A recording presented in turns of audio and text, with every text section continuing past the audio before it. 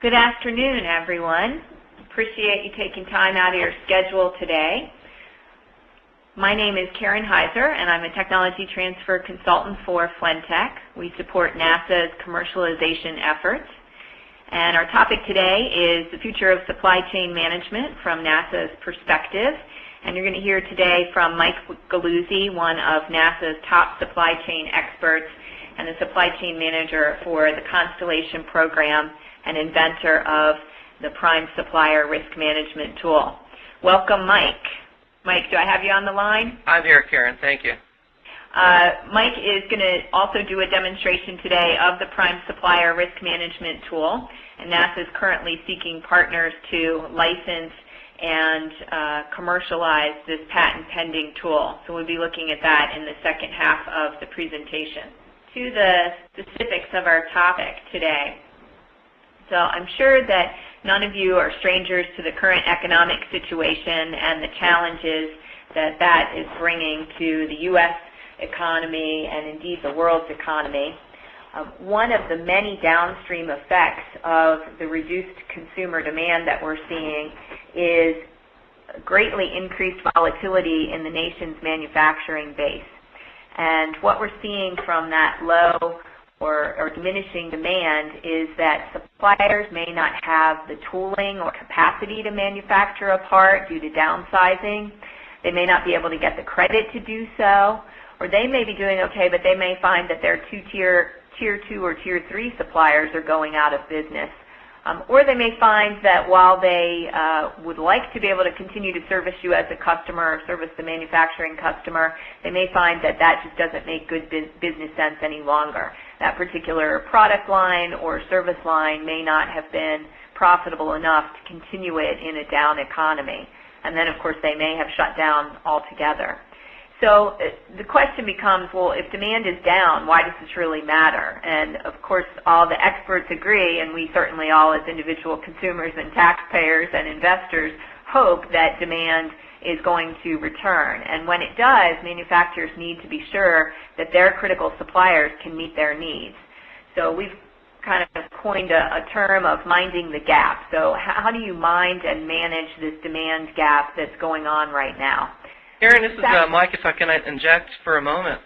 Sure. You're spot on. And the question becomes, how do we influence demand aggregation, which in turn results in higher product demand, obviously, which as a result is equal to both supplier viability and product line viability. From a customer perspective, from an agency perspective, what was driving the creation of this was getting a better understanding or a comprehensive visibility of the supplier capabilities so that we can, in a sense, rationalize the space industrial base from our perspective, of course, and understand how we can better, if you will, influence these product demand pressures to ensure, again, product viability and supply liquidity. You mentioned something that's right on also regarding the fact that it's about supplier liquidity, obviously. Now, with the economy as it is now, that's even compounded further by lack of financing. In other words, there's tighter constraints in terms of whether it be through industrial development bond or venture capital or bank financing. So it really is a very dynamic situation. And the customer, in our case again, we have to understand how to become lean as a whole and really work within our economic sphere and within our budgets. So these are the key drivers, again, from the customer's perspective. Don't mean to interrupt. Sorry. No, that's great. And just a follow-up question for you, Mike. This demand gap that we're seeing across the whole economy is the result of consumer demand being down. But that seems to parallel very nicely a demand gap that was somewhat artificially created within NASA for the space program transition to Constellation. Can you talk a little bit about the parallels between what NASA is seeing internally and what the rest of the industry is seeing externally and how those things are the same? Absolutely. Yeah, I mean, it's no secret. We're trying to manage the gap situation, or mind the gap, if you will, between the two programs, our primary spaceflight programs, in this respect intended to ISS. Those two programs primarily are the Space Shuttle program, which we're right now targeted to end in 2010, and the Constellation or Ares series vehicles to pick up, of course, that gap, 2014-15 timeframe. What we've been observing is that as Shuttle is in the process of terminating various contracts and capabilities, we have seen what I call multifunctional relationships pop out. If, for example, a project element within the Shuttle program terminates a supplier from its contract, we were seeing a domino effect into other project elements that use that same supplier. But the problem was visibility. It was difficult to understand where a supplier was used throughout the various tier levels of the supply base. So that's why it became extremely important, first off, for us to have the visibility and to understand those multifunctional relationships. Because that, again, I mentioned it's really about supplier liquidity, and we understand where the suppliers are coming from. They have to, it's about the necessities, the basics. It's covering, if you'll, payroll. It's covering paying the taxes. It's really about liquidity and shareholder value in liquidity. And as we have that large gap between procurement orders for both programs, in some cases it is excessive depending on the supplier, we realize that they have to survive.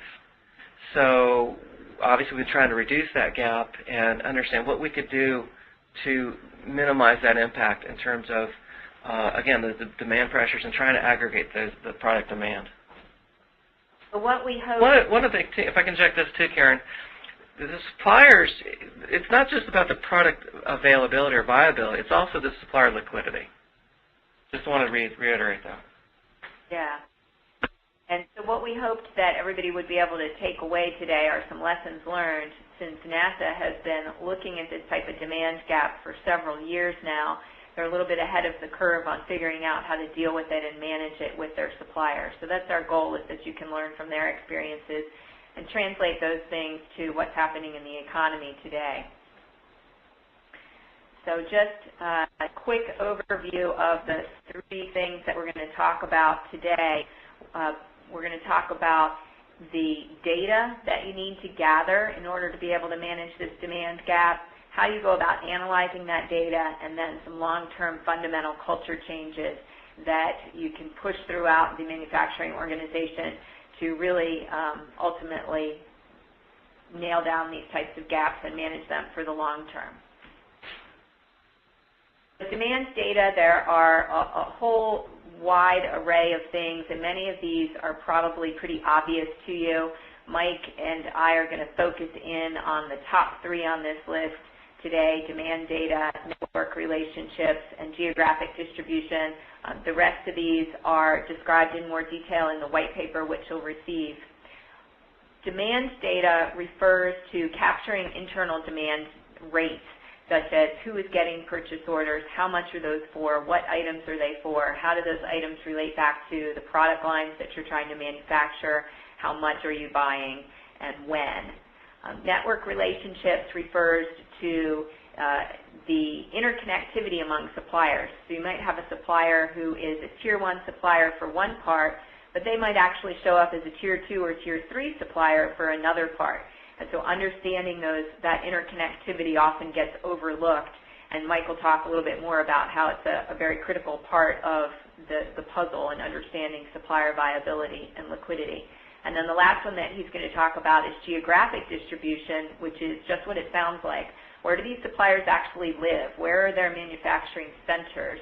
And being able to see that in a map-style view that allows you to then examine the interconnectivity, the network relationships, really can take your analysis to the next level.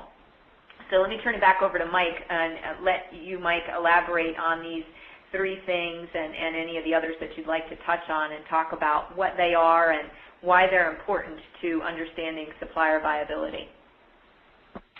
Absolutely, Karen. Yeah, I understand this, that, understanding the financial posture of a company or a supplier is one thing. I mean, there's a lot of software applications out there that do market analysis. I equate that to similar to having a radar detector. When it goes off, it just basically lets you know you just got a speeding ticket. It's the programmatic influences that are really the key, the uniqueness here within PrimeSupplier. What I mean by that is that we've been able to identify some of the, again, the demand pressures as they influence the liquidity and the financial posture of a supplier. It primarily focuses on current ratios on some of the simulation, or some of the model rather, and but it does take into consider other things such as the percentage of business that we particularly, in our case, give to a supplier, what the product diversity is, as well as pending procurement orders. Now, that's information that isn't necessarily available outside the walls of the customer, and this is where the simulation comes in. You're able to optimize specific, or through better collaborative forecast demand planning and better collaboration, whether through various inter programs or inter-enterprises or inter-agency collaboration. You can leverage your collective buying power and plan your procurements better. So you get what I call a better S-curve rather than a traditional sawtooth demand curve. It's more influencing, or I should say it's better applied when you want to go after make-to-order versus make-to-stock. If you're really leaning toward just-in-time inventory, production techniques and or vendor-managed inventories, or VMI, the big question obviously is, can I rely on that lower-tier supplier or that supply base or that supply chain? And this is what we try to address.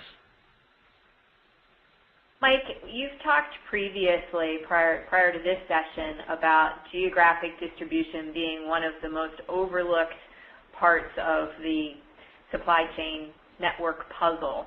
But yet the federal government is moving very rapidly and very hard to map their entire supply chain, in particular for defense and aerospace. Can you talk a little bit about why they believe that that's so important and why the commercial manufacturers should care about it also? Absolutely.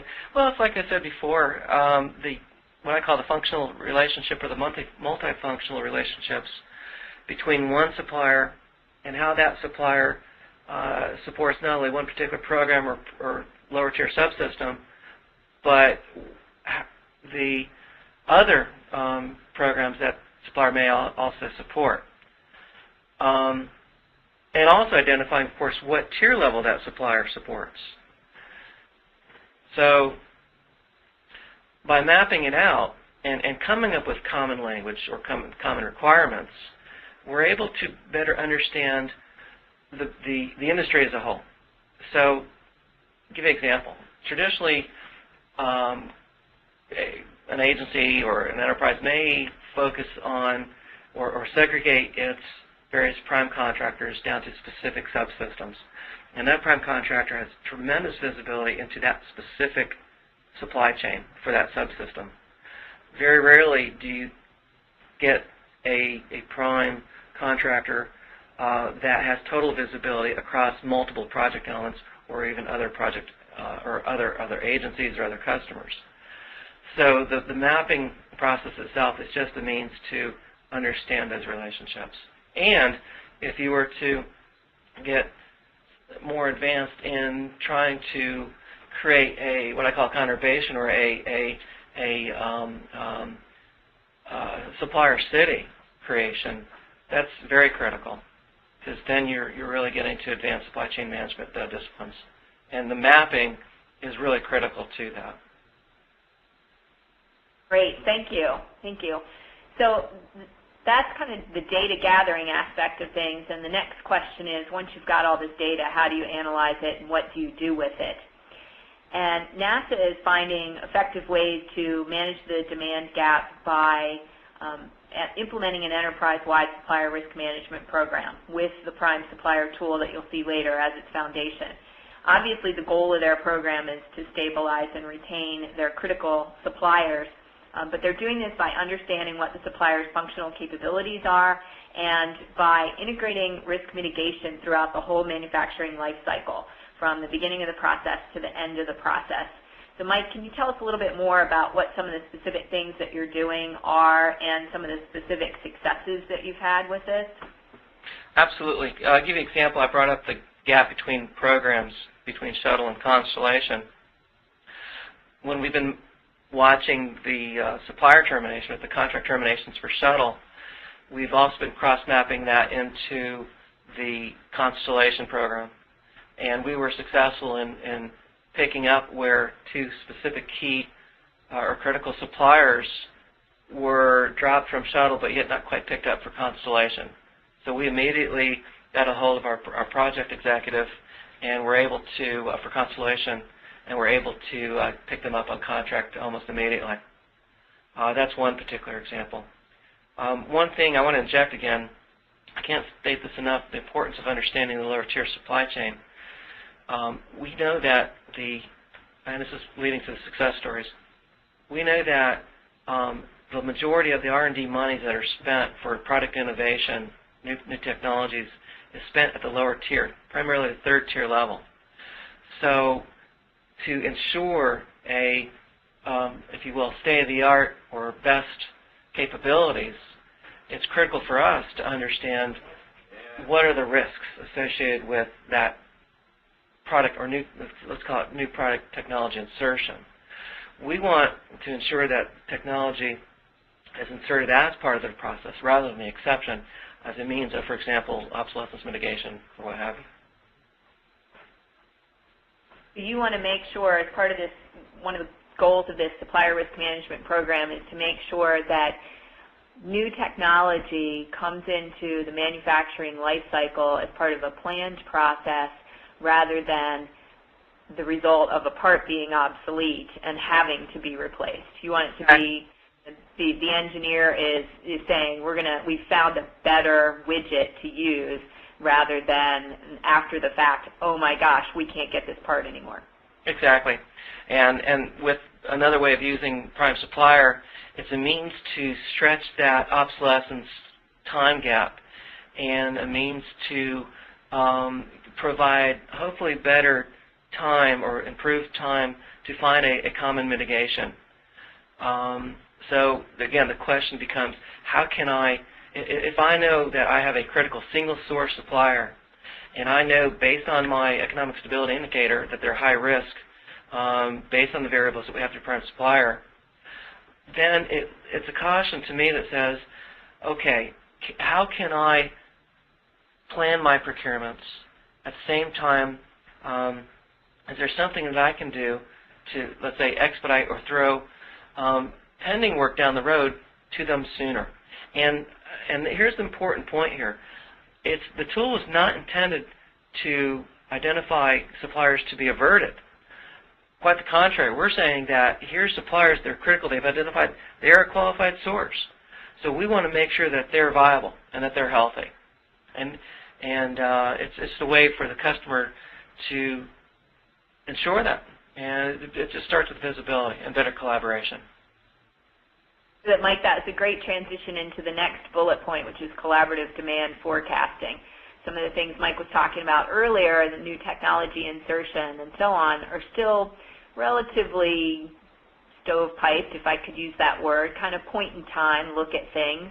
And where NASA ultimately wants to get to is truly collaborative demand forecasting, where buying power is pooled across all portions of their programs and demand is leveled across all portions of their programs, so that, as Mike said, the supplier base is healthy across the board so that they don't have to go out and recertify and requalify suppliers and find things from scratch. So Mike, do you have any, you kind of talked about this a little bit already. Do you have any further thoughts that you want to elaborate on? Yeah, I do. From a design perspective, it's also a means to ensure that you're designing for sustainment. And it's a means to help design engineering improve on, or at least consider what I call, or what's known as manufacturing readiness levels, or MRL. And during the design phase, not only are you identifying product commonality, but also considering multi-use by other projects, which the tool help, and also ensure that as I'm designing a particular widget, that when it does come time to production or operations, that the life cycle or that product availability will be there. So design engineering has a chance to, again, use the tool to consider this as ops hits the phase of the life cycle. So Mike, before we talk about the longer term culture changes, we've been talking about this whole thing of minding the gap that exists right now. We're in a unique situation, we hope, with the economy that's not going to repeat itself again soon. Does this stuff become less important once the economy stabilizes and demand returns? Are these things that I need to worry about, say 5 years from now? Absolutely. I mean, it's really about product innovation. Look, we're not still watching TV with vacuum tubes. It's going to continue. You're going to have transitions of technology and programs and product. So as you advance to the next best design, you're still going to have to sustain. And this is a better way of doing this. Okay. So some long-term changes that the organization might want to think about making so that they can reach those goals really involve some fundamental culture changes and driving the idea of importance of supplier stability and supplier viability throughout the whole life cycle. So Mike, can you just talk about, if I'm the engineer at the desktop designing the next Chevy Equinox, why should I care about these things? Well, so far we've been on the phone now for half an hour almost, and I can't even believe we haven't discussed the cost aspect of it, or life cycle cost. Here's where design engineering and operations can really address this key point here. What you're essentially doing is you're ensuring that the non-recurring, indirect core procurement activities associated with sustainment can be minimized. And what I mean by that is, again, referring back to obsolescence mitigation costs, like with redesign, substitution, and so on. And as far as the culture change, what this application, if properly implemented, I envision is that you're essentially bringing the various functional departments together. It's design engineering, like I said before, helping for sustainment and logistics. It's logistics collaborating and understanding when to help redesign, or so on. To also, from the tail end of the life cycle, understand when various products are really seeing the end of their life, and hence influence the next, or let's say, technology insertion into that various subsystem. Okay, we'll move on then, and do feel free to interrupt if you do have questions. I'm going to just do a brief introduction to the PrimeSupplier tool, and then we'll pass the baton over to Mike, who will do a quick demonstration of that tool. So PrimeSupplier, as we mentioned a couple of times, is a risk management tool that NASA, we do have one question from the audience. Let me back up and address that. Question was, who are the critical suppliers according to the tool? So I guess if I can interpret that question a little bit, Mike, how have you decided who the critical suppliers are that you're going to monitor at that top tier? It's excellent question, by the way. In our case, we've allowed the various project elements to understand and define that.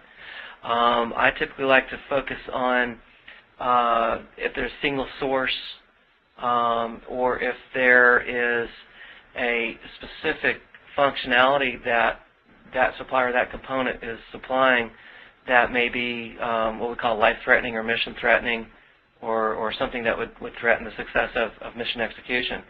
I would turn around and say, however the enterprise wants to define it. It's entirely to the enterprise. how they define that. Okay, so that's part of the process of implementing these. Yeah, no, if I can inject this too, when we do the demonstration, what you'll be seeing is a segment of various critical single source suppliers. By the way, the names have been changed, and it's just a way of monitoring those criticalities. Great, great. So just to give everybody a quick overview of what you're going to see on PrimeSupplier, this tool was developed to allow NASA to compare suppliers with industry benchmarks so that they could really have a normalized way of determining who was doing well and who wasn't doing well. Obviously, the goal was to improve enterprise-wide awareness of supplier viability, and then to take that a step further and simulate the demand pressures that may influence supplier viability and liquidity. We haven't talked too much about that yet, but you'll see in the tool how NASA is now able to simulate different scenarios and figure out how far out in the future it can push spending without affecting the supplier liquidity. They wanted a way to move towards enterprise-wide collaborative demand planning. We talked a little bit about that, and obviously be able to target those suppliers that are at risk now and then ultimately prevent suppliers from failing. So how does it do all of this? Well, it operates off of a patent-pending configurable weighting algorithm that Mike and his team developed, which generates an economic stability indicator for each supplier. And that's kind of the heart of the tool. And that economic stability indicator incorporates a myriad of different parameters and data points and business rules, and allows you to quickly get a sense of a given supplier's viability in relationship to the rest of the supplier base. One thing that's important about the way the tool works is it gives you a normalized or apples-to-apples comparison of suppliers. If you think about how you would compare a large multinational supplier, publicly held, to a private mom-and-pop supplier, which may be just as important to your manufacturing process, it's difficult to do that without some type of normalization process, and so PrimeSupplier takes care of that. You might be thinking, well, all this kind of sounds like some of the stuff you can get from tools like Dun & Bradstreet. The things that are fundamentally different about PrimeSupplier are, number one, it allows you to combine both financial data, being things like PE ratios and C ratios and revenues and revenue diversity, as well as the demand data that's coming from your internal sources. When is that next purchase order coming for this supplier? What is it for, and how much is it for? And then once you've got that data in there so you can see what things look like today, Mike will show you how you can really take it to the next level by simulating different changing demand scenarios. Mike's going to show you the simulation console, which is your top-level view of PrimeSupplier, of all your suppliers at a glance. It lets you simulate some very high-level changes in your programs or product lines. And then he'll drill down into the financial simulation dashboard, which looks at the financial side of the equation. And then he'll go into the programmatic simulation dashboard, which looks at the demand side of the equation. And you'll see the word programmatic used in PrimeSupplier. That's a word that's very kind of government-centric. And a commercial organization might call it a product or a product line or even a project or something of that nature. So all that kind of terminology is really configurable in the tool. So with that, let me turn it over to Mike, if you all will bear with me for a moment.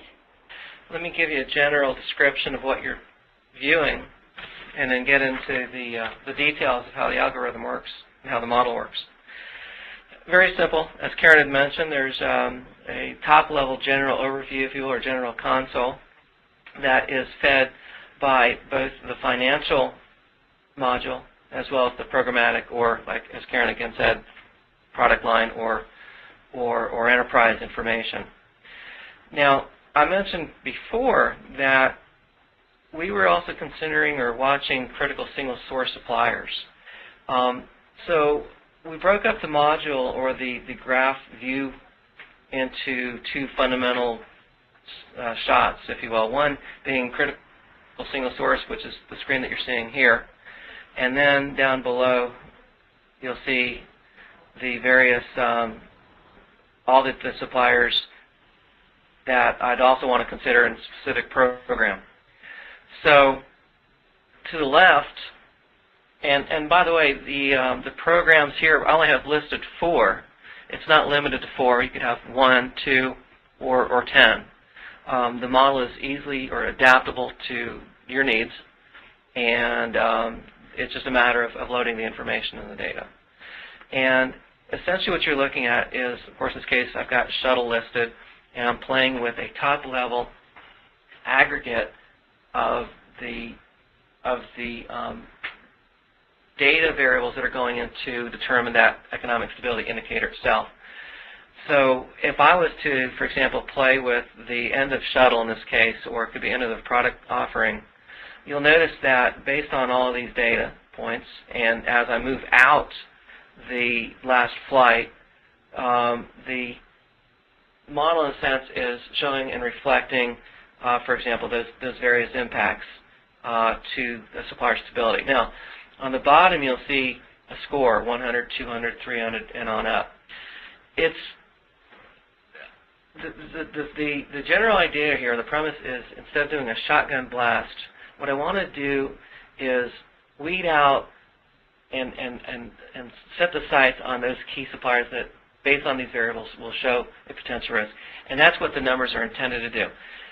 The numbers aren't going to be static. They're going to be adjusting and moving according to your situation or economic times and or your programmatic influences.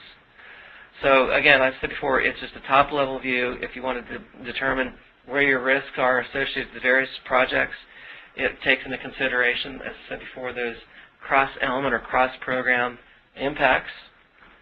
As a good example, if let's say, for example, the Apache helicopter also used, or suppliers also were applied into shuttle, then by watching the Apache program, let's say that they were going to expedite the termination or extend the program of Apache, that's going to have an impact, or could have an impact, on my program.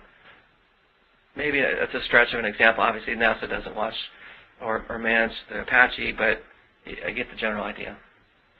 As we scroll down, for a commercial organization like those programs that you have on the left-hand side, your Apache and Shuttle and so on, those would be their different product lines, most likely. That's correct. Is that correct? That's correct. Okay. Yeah, it could be Caterpillar front-end loader, it could be gensets, or what have you. And if I have a supplier who's showing up in the red, is the idea that I would move business away from them? No, again, it's like I said before, it's making sure or ensuring that we keep them healthy and viable. So it could be where, and this is where I'll show in the programmatic model, that what would we have to do to ensure, in this case, Godfrey, again, these are fictitious company names, or if Ham Sandwich wanted to, we wanted to improve Ham Sandwich's viability, what would we have to do in terms of either A, expediting that procurement order, or collectively, collaboratively, what would we do to make sure that that product line is viable? So, give you an example. Here's Agonized, which is basically a simple drop-down menu of various suppliers within your product offering or program, and simply point and click. It's very easy to show. Again, these are all fictitious data, so mind you, if you're looking at subsystem, just because in this case it says RSR, it doesn't mean that it actually is there. It's filler. So I could simply, for example, I was using, Aerostrat, for example. Agonized is a good example. It'll give me the product line, cage code, or the location of that production is actually happening at, the physical location, the geographic position.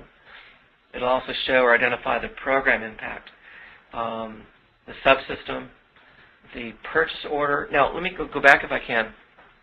I keep mentioning what I call functional capabilities.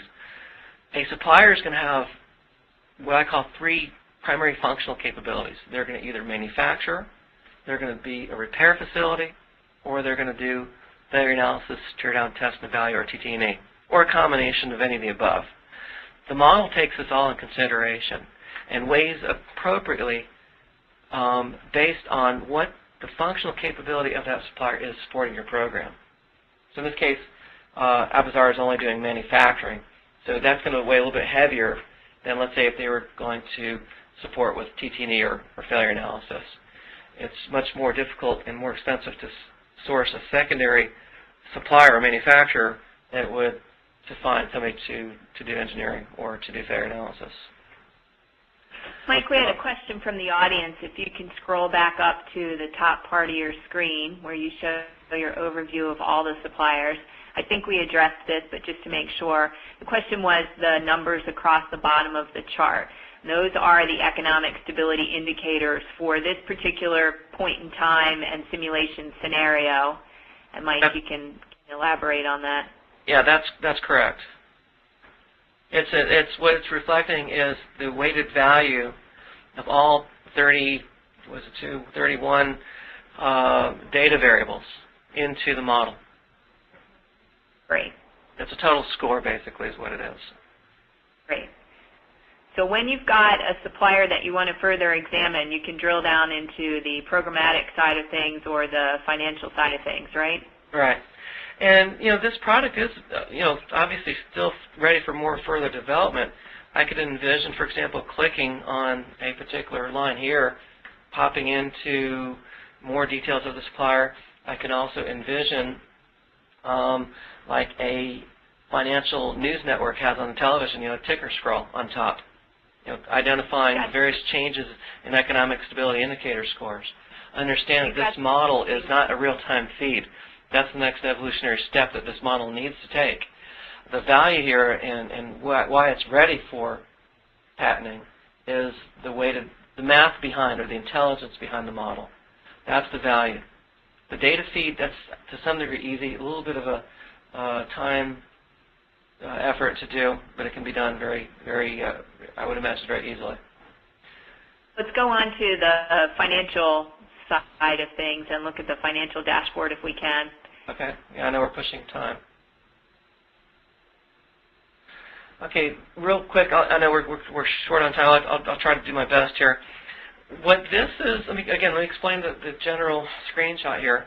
Again, the supplier name, the caution warning of obviously red, yellow, green, and the yellow in this particular case of Agonized is a way of simply the financial variables that you're looking at here, primarily the current ratio, which is the current liabilities and current assets. That's just essential barometer to say if a company can pay their bills or not. Fairly basic financials or economics. The price-earnings ratio, which is simply, to me, an understanding of company valuation or what market expectations could be. It also is a good indicator of their ability to leverage additional financing options. And net profit margin. And all these are compared against industry benchmarks. Now you can't, and the model doesn't take just one of these variables into consideration. It looks at all three proportion to each other. In other words, if I have a current ratio that's below 1, which means I'm having difficulty paying my bills, and if my net profit margin is high and my price earnings is low, then that's going to tell me that let's reverse the other. Let's say net profit margin is low and price earnings is high. That's telling me that the company is a little overvalued. They may take a hit a little bit from the financial part of it.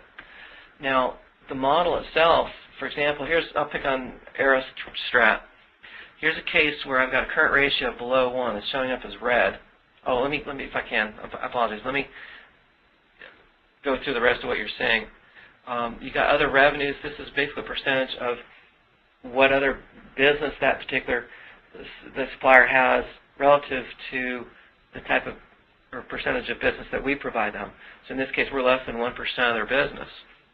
Now, the idea here is if I was to, let's say, expedite an order, what would it have? How would it take, or how many days would it take, and how much to bring that current ratio back to 1, or a situation to where it might be considered green? Now, current ratios, under this current economic situation, I know that the benchmark has been raised to 2.0, I believe it is. I'm still using 1. The math behind it, I prefer 1. It's just, to me, fundamental economics using 1 as a benchmark. Now, you mentioned the mapping part of it, and this is something that I do want to expand further, but it's truly dependent on, I think, the customer who subscribes to it, whether they want this feature or, of course, wants to expand it to their own internal mapping capability or supply chain mapping. It's very simple. In this particular case, we have our own industrial base interface map, and it's just a simple link like that. Again, further development would take that directly into a Google map and taking it further to show risks and things of that nature. The financial connection obviously takes you directly to the finances, or the Google Finance in this particular case. Now, the programmatic. My question before we leave the financial side. Okay. You talked about C ratio and some differences. You know, that value is changing a little bit from an industry standpoint. Things like that would be configurable in the tool, right? If I believe it should be 2.0, I can set that up in the tool myself. It can. Right? Yes, it can. Okay, great. Very, very easily, actually. It depends on how tight you want to monitor the activity. Now, this is where you get into the programmatic, and let me explain a little bit here, too. It's very busy. And again, I listed just a couple of subsystems. It's not limited to just what you're seeing here. And you've got a simple supplier stability indicator based on this particular airframe that this particular supplier supports. You're looking at, again, the functional capabilities, manufacturing, repair, failure analysis, days without that capability, or when it's basically counting the gap days. Here's the day of until the new PO, last known purchase order value, some of the maintenance demand rate information or data that if you have it available, is an excellent add-in to the stability indicator. And, of course, in this case, contract value for that particular supplier as it supports that various project element. And these are, from an agency perspective, now granted, I can't repeat this enough, this is bogus data in terms of what you're seeing. It's too sensitive. We couldn't share, for example, we can't share contract value. However, it is public information. So a lot of this information, be surprised, is public and can easily be loaded in, even though it's listed as programmatic. It's the procurement activity. So, for example, if I wanted to change dates with manufacturing, you can see various effects of my change. And it's simply showing up red and green. So you could, take it down to various levels, and you can see, of course, what's happening with the stability indicator. And, of course, identifying how many days you can go before a particular situation may actually turn red. And these are all based on, again, that data set of 30-plus parameters. Karen, I tried to expedite. I know we were... Yes. As far as data sources, Mike, so it sounds like some of this data you would feed in from a publicly available data source, and other data, obviously the demand data would be coming out of things like your ERP system, your purchasing system, that type of thing. Is that kind of how you envision somebody gathering all this information and feeding it in? Well, the majority of the information is public information. And yes, to answer your question, yes, it is. It's an excellent SRM, or supplier relationship management application, I believe. I believe when it's fed real-time data, absolutely excellent ERP or, to some degree, MRP application. And it would be a nice, I would think, add-on to a full product suite dealing with supply chain management. Let me take the baton back and give you all some contact information and ask if there are any final questions. And if we need to come back to Mike's application, we certainly can. Let me just remind everybody, you'll be seeing an email from me tomorrow with the white paper authored by Mike that goes into a lot of these concepts in more detail. I would be delighted to have follow-up conversations with any of you, either about the general topics that we've discussed today or about the PrimeSupplier tool. And we really appreciate your time and attention. I know everybody's got busy schedules, so thanks for taking time out, and I hope that this was useful. Thank you very much, very much for the time. Yep, I think that's it. So I don't see any final questions. If you have any final thoughts after we hang up, you've got my email information. I'll be happy to forward things to Mike as appropriate as well. So thanks, everybody.